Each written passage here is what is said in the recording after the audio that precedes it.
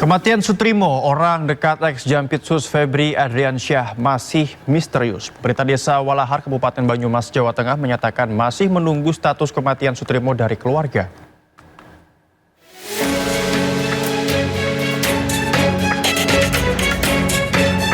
Kepala Desa Walahar Narsim mengatakan Sutrimo merupakan warga Desa Walahar, namun selama bertahun-tahun Sutrimo diketahui lebih banyak berada di luar daerah karena bekerja di lingkungan Jampitsus.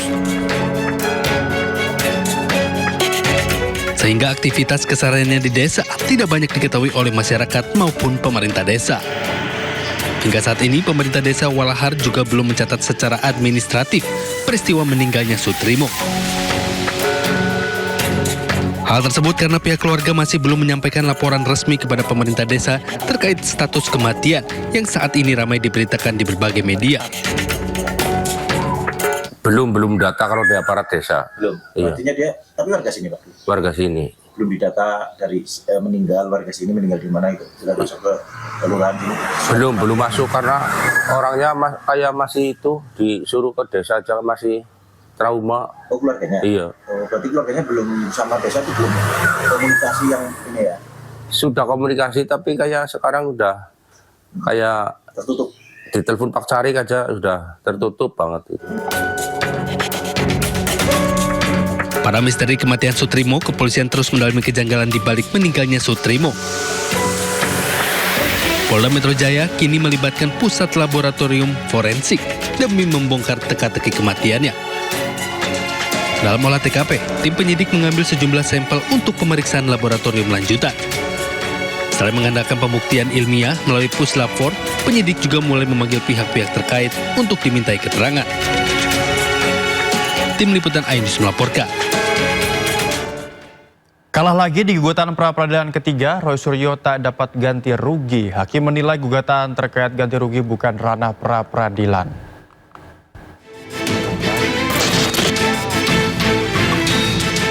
Menggugat ganti rugi ke Polda Metro Jaya di pra-peradilan ketiganya, Roy Suryo kalah lagi. Hakim Pengadilan Negeri Jakarta Selatan tidak menerima gugatan pra-peradilan ketiganya. Hakim menilai gugatan pra-peradilan ketiga Roy Suryo cacat formil. Ganti rugi bukan menjadi ranah pra-peradilan, terlebih dalam gugatannya Roy Suryo tidak menyertakan Menteri Keuangan sebagai pihak yang berperkara. Pasalnya Menteri Keuangan yang diberikan kewenangan oleh negara untuk pembayaran ganti rugi. Oleh karena yang diberikan kewenangan oleh negara untuk melakukan pembayaran ganti kerugian adalah menteri yang menyelenggarakan urusan pemerintah di bidang keuangan, yang dalam hal ini adalah Menteri Keuangan, maka Menteri Keuangan harus ditarik sebagai pihak dalam perkara ini. Menimbang bahwa dengan tidak ditariknya Menteri Keuangan sebagai pihak, maka permohonan ini mengandung cacat formil karena kurang pihak. Dengan demikian, maka sudah sepatutnya permohonan pemohon dinyatakan tidak dapat diterima. 3 kali gugatan pra-peradilan Roy Suryo hanya gugatan pertama yang dikabulkan sebagian. Sementara gugatan kedua dan ketiga tidak diterima. Roy Suryo juga sudah mengajukan lagi gugatan pra-peradilan keempatnya. Roy menggugat status pencekalan ke luar negeri terhadap dirinya dalam kasus dugaan fitnah ijazah Jokowi agar segera dicabut. Dari Jakarta, Tim Liputan iNews melaporkan. Hakim menolak pra-peradilan Roy Suryo soal ganti rugi 206 juta rupiah. Roy Suryo yang menerima putusan tersebut akan kembali mengajukan permohonan yang sama sesuai koreksi yang disampaikan oleh hakim.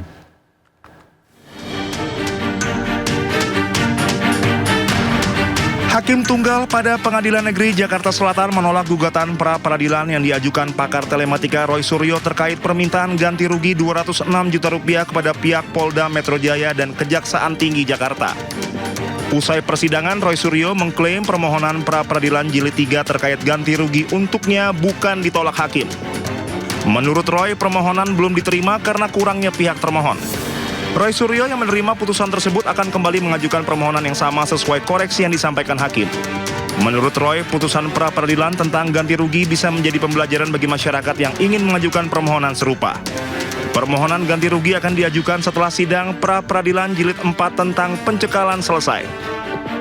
kesimpulannya juga, hari ini kita sudah sepakat langsung. Saya tadi maju ke depan teman-teman kuasa hukum, ya lanjut, ya ajukan lagi. Jadi clear ya. Jadi karena putusannya dari Hakim Tunggal pra peradilan yaitu Pak I Ketut Darpawan itu adalah bukan ditolak. Sekali lagi jangan sampai ada yang menulis ditolak ya. Tidak ditolak, tetapi belum diterima atau belum diterima karena kurang pihak. Nah, karena kurang pihak itu yang menjadi pertimbangan, maka kita tambah pihak nanti pada pengajuan berikutnya. Nah, jadi ini yang menarik. Karena kita akan tambah pihak, maka nanti akan ada pengajuan lagi. Dan pengajuan lagi itu tentu saja akan kita ajukan setelah pra peradilan yang keempat. Apakah setelah peradilan yang keempat itu pra peradilan yang kelima? Belum tentu juga. Setelah angka 4 bisa 5, bisa 6, bisa 7, bisa 8. Ya, nah jadi itu clue dari saya. Sebelumnya Roy meminta ganti rugi atas penangkapan dan penahanan yang telah dinyatakan tidak sah oleh Hakim pra peradilan. Roy Suryo menggugat Polda Metro Jaya dan Kejaksaan Tinggi Jakarta sebesar 206 juta rupiah melalui sidang pra peradilan. Tim Liputan Anyus melaporkan. Sementara itu dari termohon yakni Polda Metro Jaya sejak awal sudah yakin hakim tidak akan mengabulkan permohonan Roy Suryo yang mengajukan permohonan ganti rugi ke Pengadilan Negeri Jakarta Selatan. Jika ada pra peradilan keempat yang diajukan Roy, Polda Metro Jaya pun siap untuk hadir kembali. Ya, objeknya sama ya otomatis ditolak, tidak bisa. Ya mungkin dia objeknya berbeda. Tapi selama hakim menerima dan memanggil kami untuk menghadiri undangan pengadilan, kami akan hadir. Kita ke informasi lain pemirsa, Kepala Badan Gizi Nasional Sudaryono menegaskan tidak memberi toleransi terhadap kasus keracunan makan bergizi gratis. BGN akan melibatkan kepolisian jika ditemukan unsur kesengajaan atau sabotase pada proses produksi maupun distribusi menu MBG.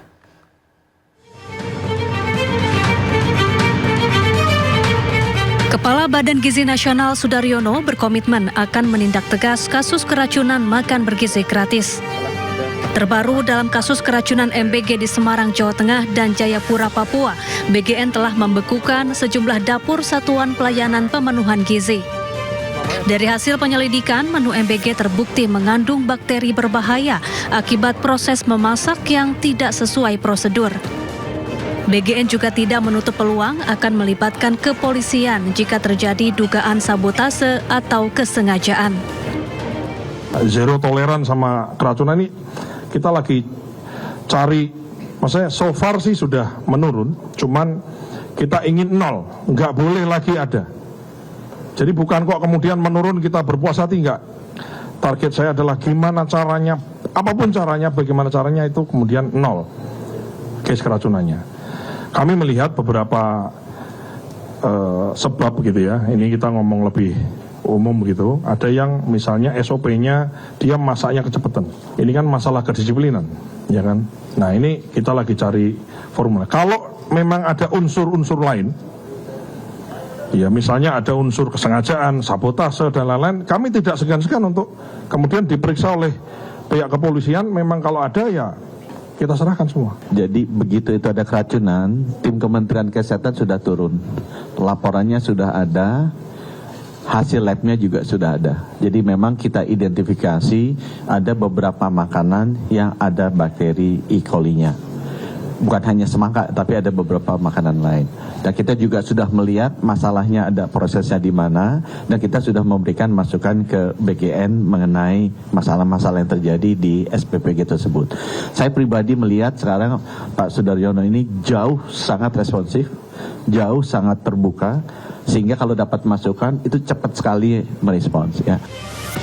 BGN juga terus bekerja sama dengan pengawas Kementerian Kesehatan untuk memeriksa makanan dan memastikan setiap dapur MBG memiliki sertifikat layak hygiene sanitasi. Sementara itu, Kepala Badan Gizi Nasional Sudaryono menyebut pihaknya tak menutup kemungkinan untuk melibatkan kepolisian dalam mengusut berbagai kasus keracunan makan bergizi gratis. Sudaryono menegaskan pengusutan kasus keracunan MBG akan serius diselidiki pihak berwajib, terutama kasus yang ditemukan adanya unsur kesengajaan dan sabotase pada SOP operasional makan bergizi gratis.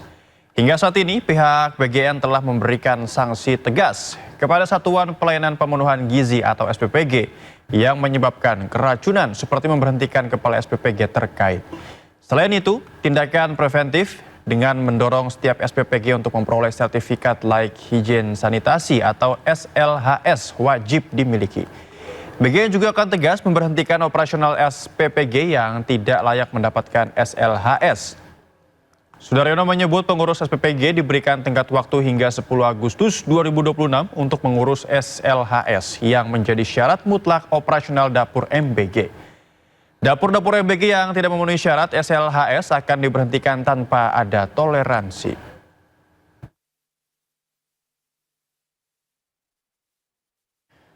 Menteri Desa dan Pembangunan Daerah Tertinggal membantah narasi yang menyebut pemerintah melarang aktivitas usaha dalam radius 2 km dari Koperasi Desa Merah Putih. Menteri Desa dan Pembangunan Daerah Tertinggal, Yandri Susanto, menegaskan pemerintah tidak pernah mengeluarkan pernyataan yang mengarah pada kebijakan penutupan warung rakyat. Menurutnya, narasi tersebut merupakan informasi palsu yang diduga dibuat menggunakan teknologi kecerdasan buatan atau AI dan sengaja disebarkan untuk menyesatkan masyarakat. Pemerintah pun telah melaporkan penyebar informasi tersebut kepada aparat penegak hukum untuk ditindak sesuai dengan hukum yang berlaku. Nah, maka narasi yang bilang Mendes mau nutup warung, melarang 2 km radius tidak boleh warung kelontong, itu sekali lagi kami tegaskan, kami tidak pernah menyampaikan itu dan itu dibuat dengan teknologi AI.